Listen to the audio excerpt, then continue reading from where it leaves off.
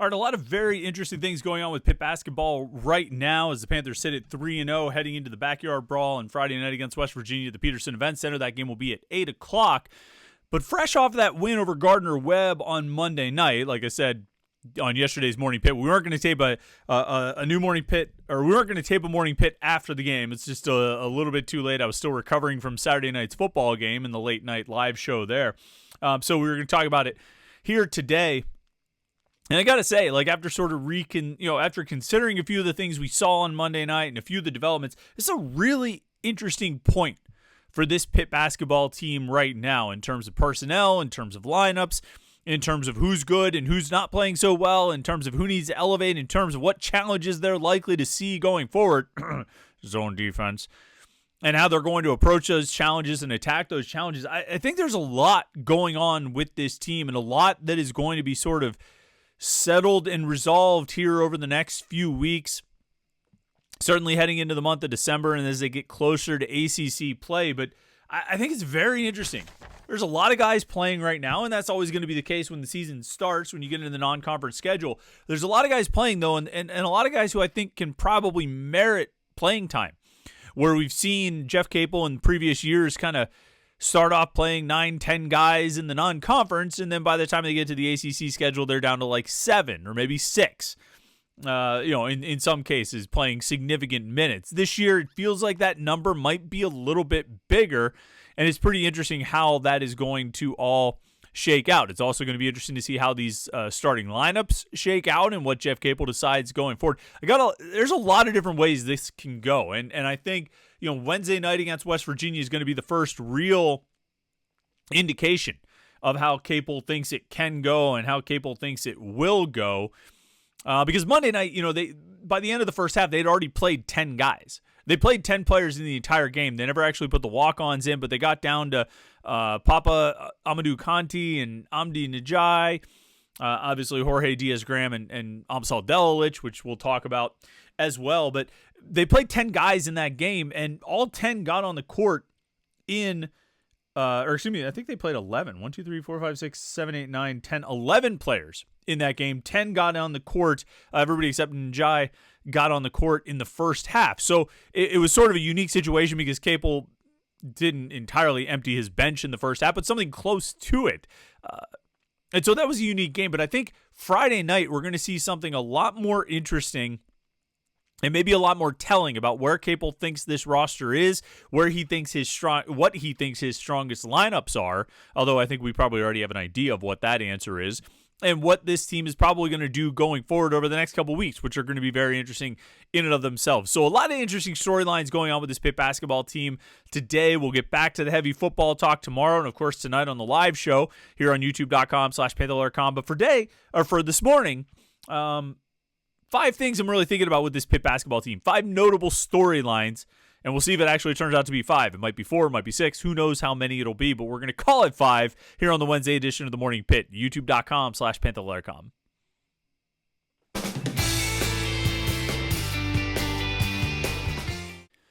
Yeah, a little basketball talk here on the Morning Pitt, youtube.com/Panther-Lair.com. We still got the photos, the football slideshow, because that's just the photos that we have on there. And obviously a lot of football headlines up on the site at Panther-Lair.com, but we got some basketball coverage as well. We'll continue to have that throughout the week leading into the Backyard Brawl on Friday night at the Peterson Event Center, the Backyard Basket Brawl, or whatever they call it. It's the Brawl is what it is. It's the basketball edition of the Brawl. We're all looking forward to it for sure. We'll have our game picks and matchup preview on Friday on Panther-Lair.com, and certainly a lot of basketball coverage and conversation getting from here to there. And we'll start with that conversation tonight. Well, we're starting with it right now, but we'll have a lot of that conversation tonight on the live stream. Don't forget to tune in at 8:30 p.m. tonight to join me and Jim Hammett for an hour of Pitt sports talk right here at youtube.com/Panther-Lair.com. We'll be talking about Pitt's football loss to Virginia, this matchup with Clemson on Saturday, and of course the basketball action that's going on. It's like you got a football, the Virginia game was on Saturday, the Clemson game's on Saturday, and in between you have the Gardner-Webb game on Monday and the West Virginia game on Friday. So you really have this, football, basketball, football sequence this week, which is pretty fun. And it's a lot of sports. This is that small stretch of the year where both sports overlap with games. There's a little bit of spring football where the first week or two of spring camp will overlap with the NCAA tournament. Oh, actually, a decent amount of spring camp will overlap with the NCAA tournament. It's all a question of how long your team makes it. But those aren't football. Those aren't games on the football side. It's just practice. Right now, in November, for the month of November, we're going to have football, basketball going on at the same time, which is a lot of fun. I like this time of year because we stay pretty busy, but there's a lot of things to talk about, a lot of things to be interested in, and certainly a lot of topics to hit on. And like I say, I think the basketball team has given us some very interesting things to think about here through the first week. And probably the biggest question or biggest conversation point or point of contention, depending on which conversations you read or participate in, is what to do with Guillermo Diaz Graham. I think on the message boards and among the fans, there's a general consensus that Guillermo should move back to his what we consider to be his natural position of center. It's where he played last year with limited minutes at the 4, where he would be on the court at the same time as Federico. But it wasn't very often. More often than not, Guillermo served as Federico's backup. I think even a little bit, Guillermo might have been in the starting lineup a few times last season. I forget exactly.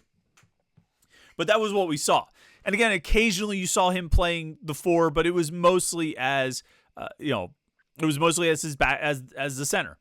This year they came into this season, and from the very start, it's been Guillermo playing as a wing, playing in that 4 position. And I mean, we say the 4. I think it's probably always important to keep in mind how they actually play on this team, at least on offense. Defensively, it's going to be a different conversation because there you really are sort of defending more traditional positions. If you're Cam Corrin, you're defending the guy who is the center. If you're Guillermo Diaz Graham, you're defending the guy who is the power forward or the 4, or in the case of Gardner Webb, the biggest guard on the court. And sometimes they might even switch those things off. But offensively, I mean, you've got your center and you've got your point guard.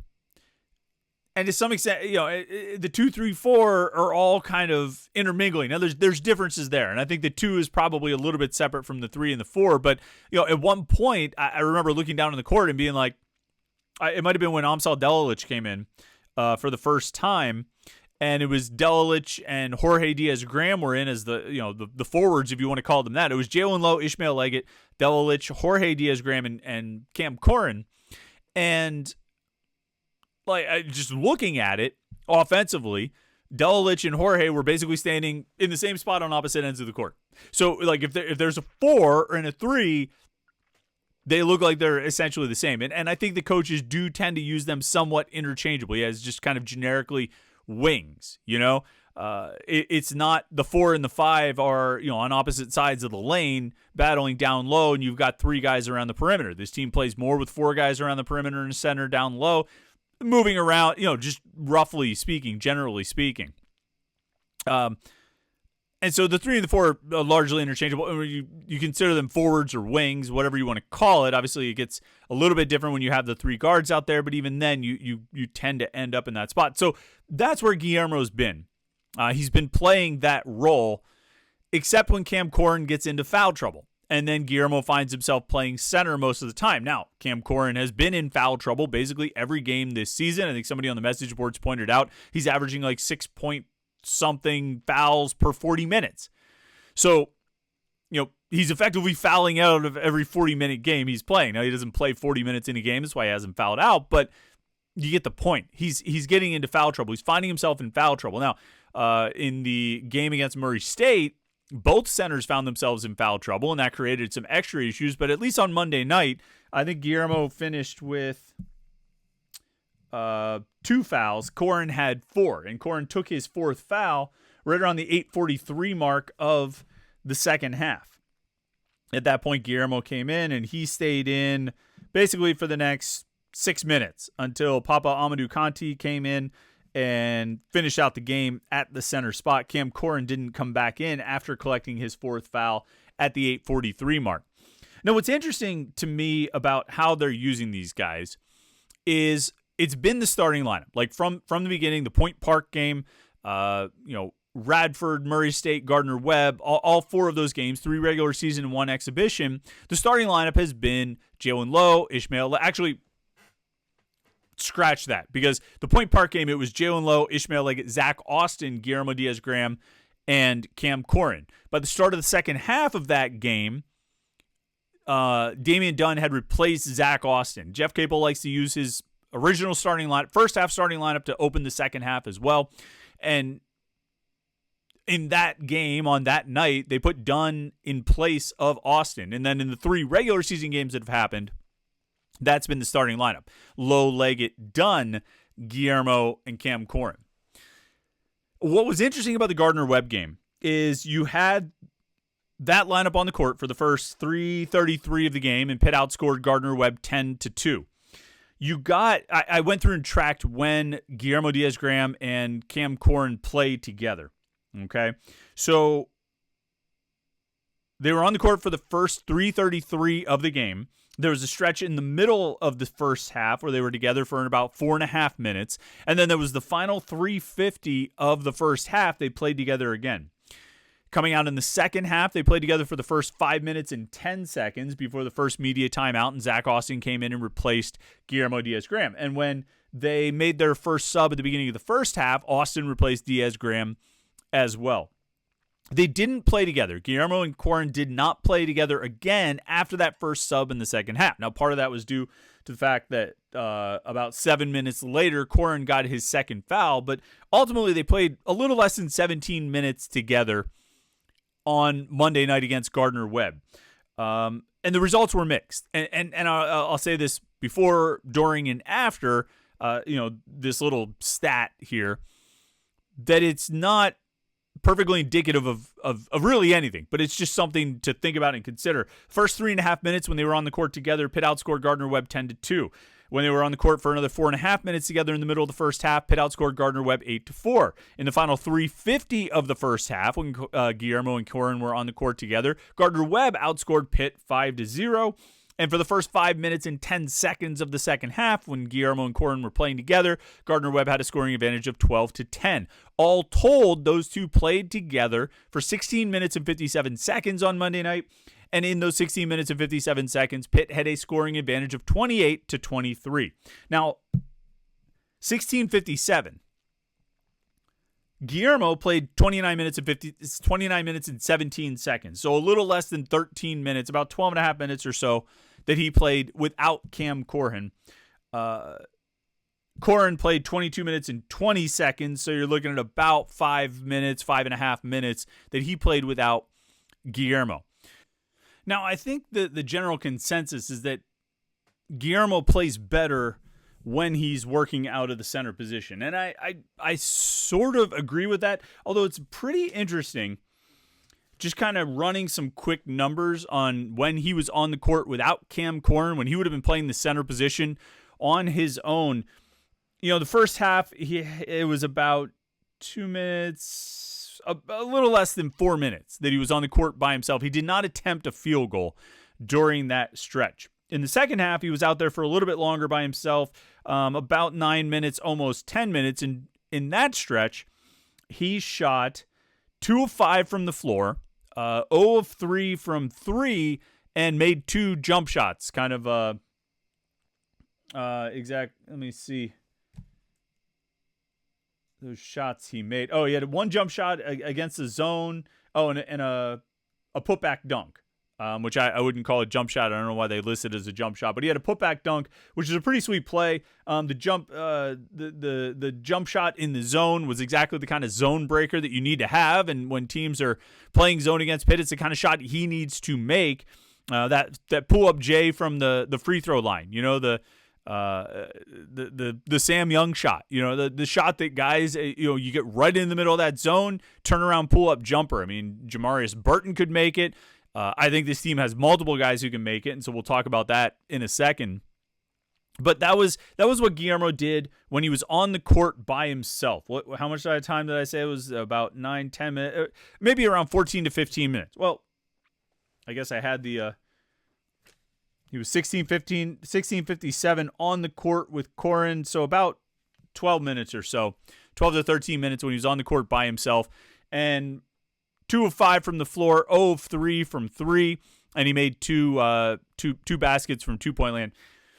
Look, what gets really interesting, and where I think there's what's going to be most interesting to watch about how they use Guillermo Diaz Graham is whether he shifts into more of a backup role working behind Cam Corrin. And that may or may not be reflected in the starting lineup. It would not be surprising to me at all if Corrin and Guillermo stay in the starting lineup together, and then the first sub, like clockwork, is Guillermo coming out for Zach Austin, and then largely sticking like that where Guillermo comes in to relieve Cam Corrin, either due to foul trouble or just in a regular rotation, and they don't really play on the court together all that much. I wouldn't be surprised if that's how it goes. This isn't, I'm not basing this on sources or anything like that, but I could see that as the way things progress. Now, one of the elements that's going to be key to this development is Amsal Delilich, because Delilich gives them that extra guy who can play on the wing and allow. Like if Delilich can play the 3/4, and there's a defensive element that has to be there as well, but if he can play in that role, I think it really allows, you no longer need those minutes on the wing from Guillermo Diaz Graham. Right now you probably feel like you need those minutes because your wings effectively are Guillermo and Zach Austin, and then a third guard. If it's Damian Dunn or Ishmael Leggett, whoever ends up kind of playing in that wing spot. If Delilich can contribute and he's up to the task defensively, now that's the guy who can work in that role, and it allows you to move Guillermo to the center spot and work as Corrin's backup and really spend his time exclusively in that area. And like I say, that depends on a number of factors. It's going to depend on if the staff feels like they can roll with Delilich and Austin in those wing positions. And again, you've got a third guard. You really have four guards that you can play and you feel pretty comfortable with. And so those guys will be there as well, to potentially fill in that space on the wing. But I think it's pretty clear from the way they used Delilich on Monday night, in his debut, where he played about 9 minutes, but the different roles you saw, he was in those wing roles, and then he was effectively, you could debate whether he was playing the two or Zach Austin was playing the two, but they were out there together. There was a lineup with, Jalen Lowe, Zach Austin, Amsal Delilich, Jorge Diaz Graham, and Guillermo Diaz Graham.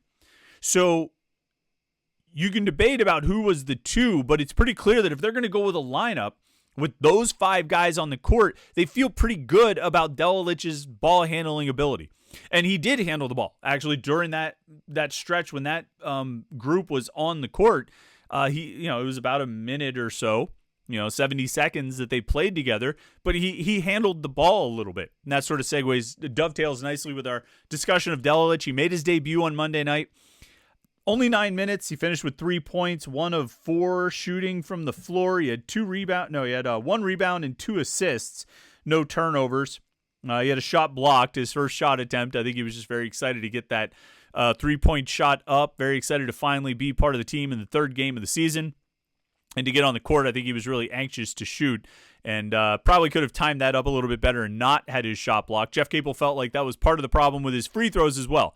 Missed the front end of a one-on-one twice, probably because he was pretty amped up and excited to get out there and play. Jeff Capel praised his passing, said he thought some of the passes weren't necessarily corralled because his teammates weren't used to seeing those kinds of passes. I thought they looked like good passes. I think you could see some of the court vision with some of his moves. I think you could see how he could handle the ball, and obviously the shooting stroke is really, really nice. Now, there's going to be a big question about how he can hold up defensively, and that'll remain on the table until we see him challenged. It's tough to gauge just based on 9 minutes, but I only see his minutes going up. And as his minutes go up, again, I think that's going to open up the opportunities to have Guillermo spend more time at the center position. So everything kind of works together, everything sort of, one hand washes the other. And as Delilich emerges, I think you'll see more of Guillermo at the center spot. You've got your current 5 starters of Lowe, Leggett, Dunn, Guillermo, and Corrin. Obviously, you have Austin coming off the bench and Brandon Cummings coming off the bench. Those are your first 2 subs. I think if you add Delilich into that group, you've now got 8 guys that you probably, you're going to, at some point in the near future, feel pretty confident about all 8 of those guys. And then after that, you've got Papa Amadou Kanti as your third center, your next center in line. and Jorge Diaz Graham as your next wing in line.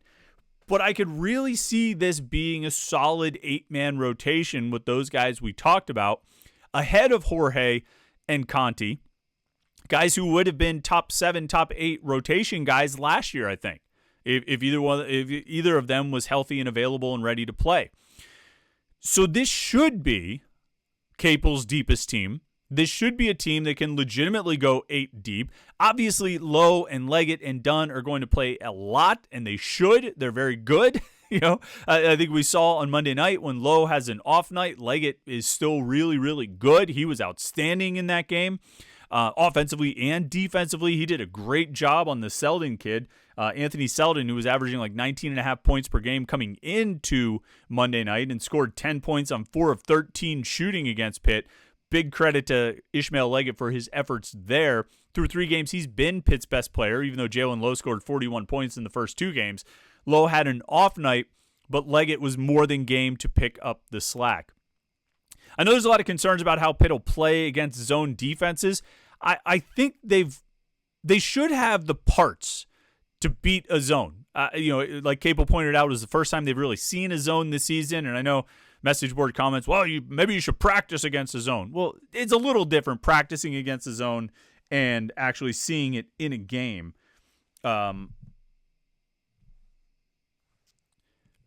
I think you saw some of the signs of that, what it's like to actually play against it in a real game. But I think with the outside shooting they've got, with the 3-point shooters they've got, and the guys who can hit pull-up jumpers, which is Guillermo, it's Leggett, it's Lowe. I think Dunn can hit some of those. Maybe I'm just thinking of him too much as a Jamarius Burton surrogate, but I think they've got a lot of guys who can hit a pull-up jumper from the free throw line. And I think Amsal Delilich is going to be in that group soon enough. They have enough guys who can get into the middle of the zone and hit that jumper, and enough guys who can make shots from outside that I don't think it's going to be advantageous to play zone against Pitt for long stretches, not like it was for Gardner-Webb. And Gardner-Webb had a lot of success doing it. I don't think most teams are going to be able to replicate that because I think the shooters on this team will shoot opponents out of the zone. I really do. And I think this team is talented enough to do it. They're going to have to figure out paint defense. I think they are missing some of the rim protection that Federico offered, but I think you knew you were losing some of that when they sort of transitioned to more of an offensive center in Cam Corrin, and they're getting that. Corrin had 12 points on 5 of 8 shooting. He had 6 rebounds against Gardner-Webb, and that was in 22 minutes, limited with foul trouble. Didn't play in the final, almost 9 minutes of the game. So you knew you were going to give up something there, and they're going to have to work on their defense, penetration and drives, because that was what really hurt them against Murray State. But overall, like what you've seen out of this team so far offensively, they obviously didn't shoot well on Monday night, 9 of 30 from 3. But I think they're going to have fewer nights like that and more nights where they do knock down the shots. And as they do that, I think playing zone against them will be less appealing for opponents. All right. Should be an interesting one on Friday night when we see Pitt take on West Virginia. Some of these questions will be answered. Some of these questions will be addressed. Some of these questions will probably linger out there, notably about the defense. I think that's going to be something we'll be watching for a while. But we're definitely going to be interested to see how Guillermo Diaz Graham is used and see if Amsal Delilich's minutes go up. I like Zach Austin off the bench. I like the spark he provides. I imagine they'll stick with that, but he's going to play a lot of minutes. And a few of these guys are. It's going to be interesting. It's a good group of players, and I think they've provided enough intrigue through the first 3 games that Friday night you'd be excited to see them play basketball, play the West Virginia game, but also just sort of in terms of the season and the roster, there's a lot of interesting storylines to watch. All right. Make sure you like this video and subscribe to youtube.com/Panther-Lair.com. We'll have plenty of football and basketball and recruiting talk tonight on the live stream here on youtube.com/Panther-Lair.com. So tune in for that at 8:30 p.m. And then we'll be back with another Morning Pitt for you tomorrow morning. So thanks for watching today. Hope you have a great Wednesday. We'll talk to you tonight on the live stream and then on the Morning Pitt tomorrow morning right here on youtube.com/Panther-Lair.com.